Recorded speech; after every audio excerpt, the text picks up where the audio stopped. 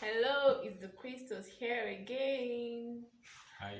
Yeah, to our returning subscribers, you're welcome. We love you.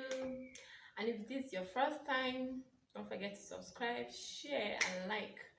Yeah, so today we're going to talk about how you shouldn't allow your past relationship to affect your present relationship or your marriage. Yeah, so we're going to start with Mr. Christos. Yes. So you see here on this channel, we don't want to just talk about vain things, things you can't relate with. We want to talk about practical things, things we also used, principles we also applied in our lives, and that worked for us. First of all, I would want to say if it takes you having 20 exes to be the right person, it's worth it. It's worth it. Yes, better a thousand heartbreaks than a divorce. That's just the truth. Better a thousand breakfasts in Nigerian parlance than a divorce. Statistics has shown the grave impact of divorce on the society, on individuals, on children, even on the partners. Okay, and even financially.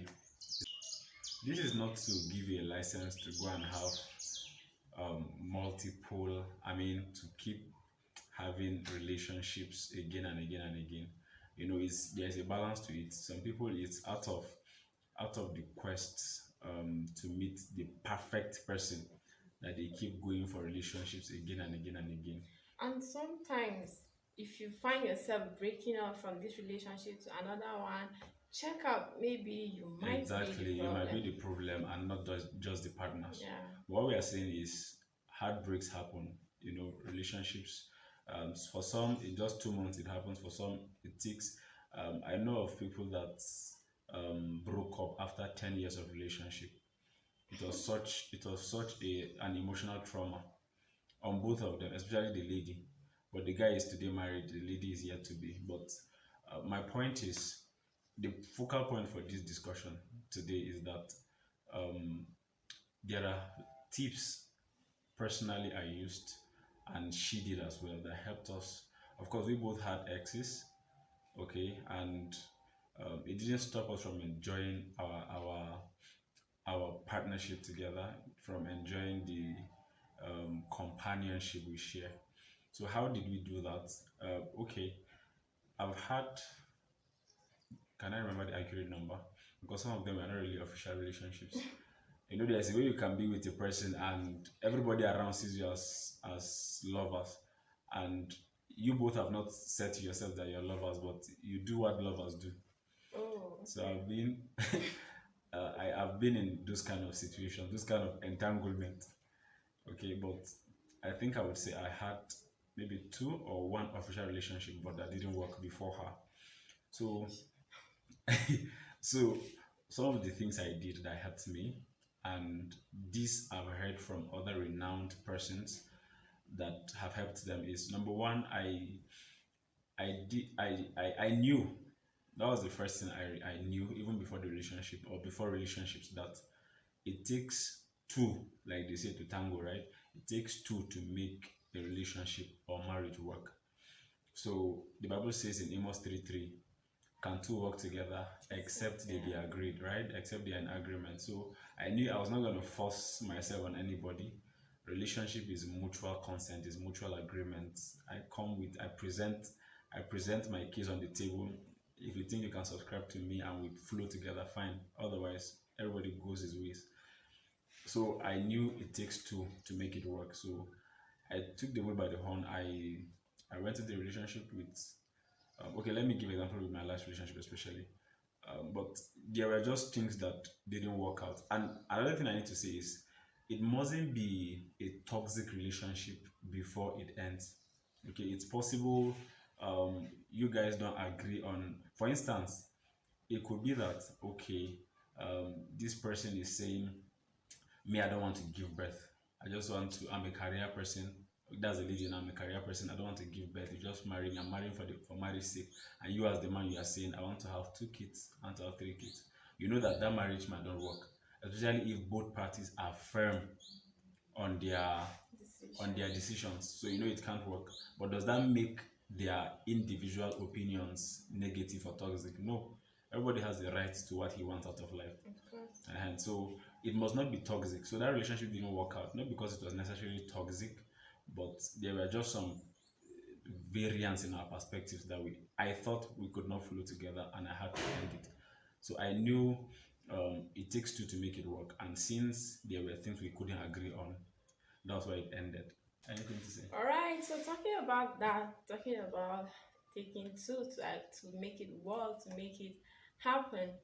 Let's say in your past relationship, you've been doing the work, you've been the one doing the calling, the texting, the sending money, the taking care of, checking after your partner, and you happen to break up and you start a new relationship. Don't say, well, in the past relationship I've been doing all of this and the person still broke my heart, so let me just calm down and not do the let me not do it again this time around, so that I will not be heartbroken the second time and all of that. No, don't do that.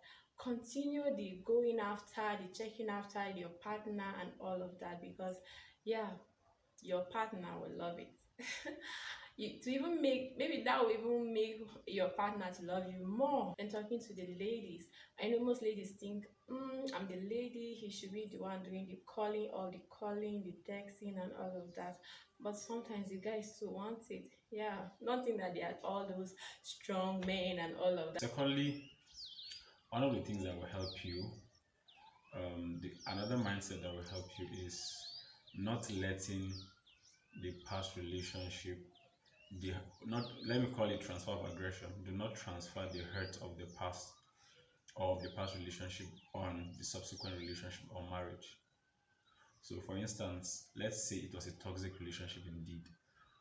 Even if not a toxic relationship, for somebody you were in a relationship with, definitely you'll be hurt that it didn't work because something must have taken you there. Love took you there. You saw value in that thing. So it's more like you give out time, you give out your energy, and then you are losing all of your investments. That's how it seems. So it will definitely hurt you, and don't pretend about it. And on this point, I'll also emphasize that um, your healing process is very important. If you need to cry it out, different people have different healing processes, but don't go the negative way. Some people want to just heal by terminating both themselves and the pain. Don't go on that route. If it means talking to, like I will say, you don't publicize it. Sometimes too many voices complicate the issue. Look out for most valuable voices in your life, and especially people that have gone ahead of you, that you can open up to and not feel condemned, and then heal. Okay, and then don't transfer that pain and hurt to your next relationship. This I'm saying especially because there is this mindset you must have heard, especially the ladies will say men are scum. And like I usually say, even if it is 1,000 men you have dated in this life, you can't conclude that all men are scum. Where is that conclusion coming from? What's the reference for that conclusion? So it is with men saying women are trash, women are deceivers, women just come for your money, all manner of mindset. She ate my money and ran, and so I will be stingy to the next partner. That's a wrong mindset. I didn't allow my past relationship, the hurt from it, to now make me conclude that all women are like this, and to rob me of the beauty of my next relationship. So I saw that as an event, not that it is a norm among such gender. And so I opened my heart. And as a matter of fact, to it further helped me to see how better to approach things and to do things next time in my next relationship. So I just let go of the pain. I let go of whatever it is I had. I didn't use anything against anybody. In fact, we don't even talk about our exes like that. Ever since we spoke about the fact, okay, from relationship we spoke about past relationship we've had. I brought about the breakup and all of that. I'm still in a relationship with distant relationship really with most of the people that were close to me, that things were like a relationship, and then for the ones that we had relationship, we are still cool. No beef. Nobody is having issues with anybody. But on a distance, of course, everybody knows where he belongs and the boundaries are necessary. Okay, but do not have any transfer of aggression. Life is beautiful. Life is big. And there are wonderful people out there. Don't conclude because of, like they say, do not throw the baby with the bathwater. Yeah. Okay, there are beautiful persons out there. If you lock up your heart, you have no idea what you are missing out. Okay, so let me make an example with, let's say, your past relationship. You have your ex, you can't even explain, you can't even tell him you're not having my time. I need you to give me time so that we'll have time together and discuss. Maybe you're that attention seeker and all of that. But anytime you bring up the topic, he might slap you or he might end up beating you. Then because of that, your present relationship, you don't even want to talk to your spouse about it. You don't even want to tell the spouse anything about it. So the spouse will not even know that you need attention. Do you get, just because you are scared of what happened in the past relationship? Relationship is where you have the leverage to make your decision. If a guy will slap you in relationship, don't even give it a second thought that this person will change in marriage. You know, ladies can be emotional and say, "Oh, he came and apologized. He bought me shawarma. You know, he sent me a 1 million naira for apology." So I believe, and I will hear this kind of foolish statement from some ladies. They will say, "It's better to cry in Dubai than to wallow in poverty in Africa or something." Like, that's such a mediocre thinking. Like, you prefer to be abused but have money than to be in a comfortable and a loving environment despite things not there yet. It just means you don't value yourself and you don't know what you're worth. Okay, so from relationship, if a guy intends to abuse you, I'm just digressing a little bit because of that point she mentioned. So just know your worth, know that you are valuable. No guy, likewise as a man, if a lady abuses you, a lady might not abuse you physically. Some ladies are toxic with words. One word can send you thinking for a year. You'll be thinking whether you are worth anything meaningful in this life because of a statement. So those kind of ladies, you immediately detach because you know in marriage you are in for. Whatever. Okay. Then lastly, I could help you is that know that your peace of mind is priceless, and as well open your heart to give love another chance. So let me just, I'm joining the 2 points in conclusion. So my peace of mind means a lot to me, right? um Jesus himself promised us peace. He said, "My peace I give to you, not as the world gives you." So if Jesus will promise me peace, who will want to come and steal my peace? I don't even give that thing a chance, right? um so learn learn this early and early enough that you you deserve the best out of life. Okay, you're not asking for too much. That you want your peace of mind, and anything, whether relationship, whatever it is coming to take it, is not your thing. And then together, open up and give love a chance. That it didn't work out with person A doesn't mean that person B is like person A and it can't work out between you two. Today I'm with my lovely wife because it didn't work out with someone, and I didn't conclude that all ladies are the same and that all ladies have the same mindset. I still give love a chance, and I met the most wonderful person on earth I've ever known. And today we are where we are. You know, we are growing in this thing and we are making progress. We might be young, but we are not stupid. We might be young, but um, we know one or two on how to make this thing work, and we are putting in our effort. I've met someone that's ready to put in the energy, that values me, and that buys into my life's pursuit and goals. And I also buy into hers, and we're moving in it together. Okay, so it can also be that for you. There are wonderful people out there. It's just for you to open your heart. Okay, um, and you'll be surprised at what God will do for you. Yeah, yes, love is a beautiful thing. Of course it is. I mean, love story is really sweet. So don't just settle for less and don't give up. Don't say no, this love thing is not for me.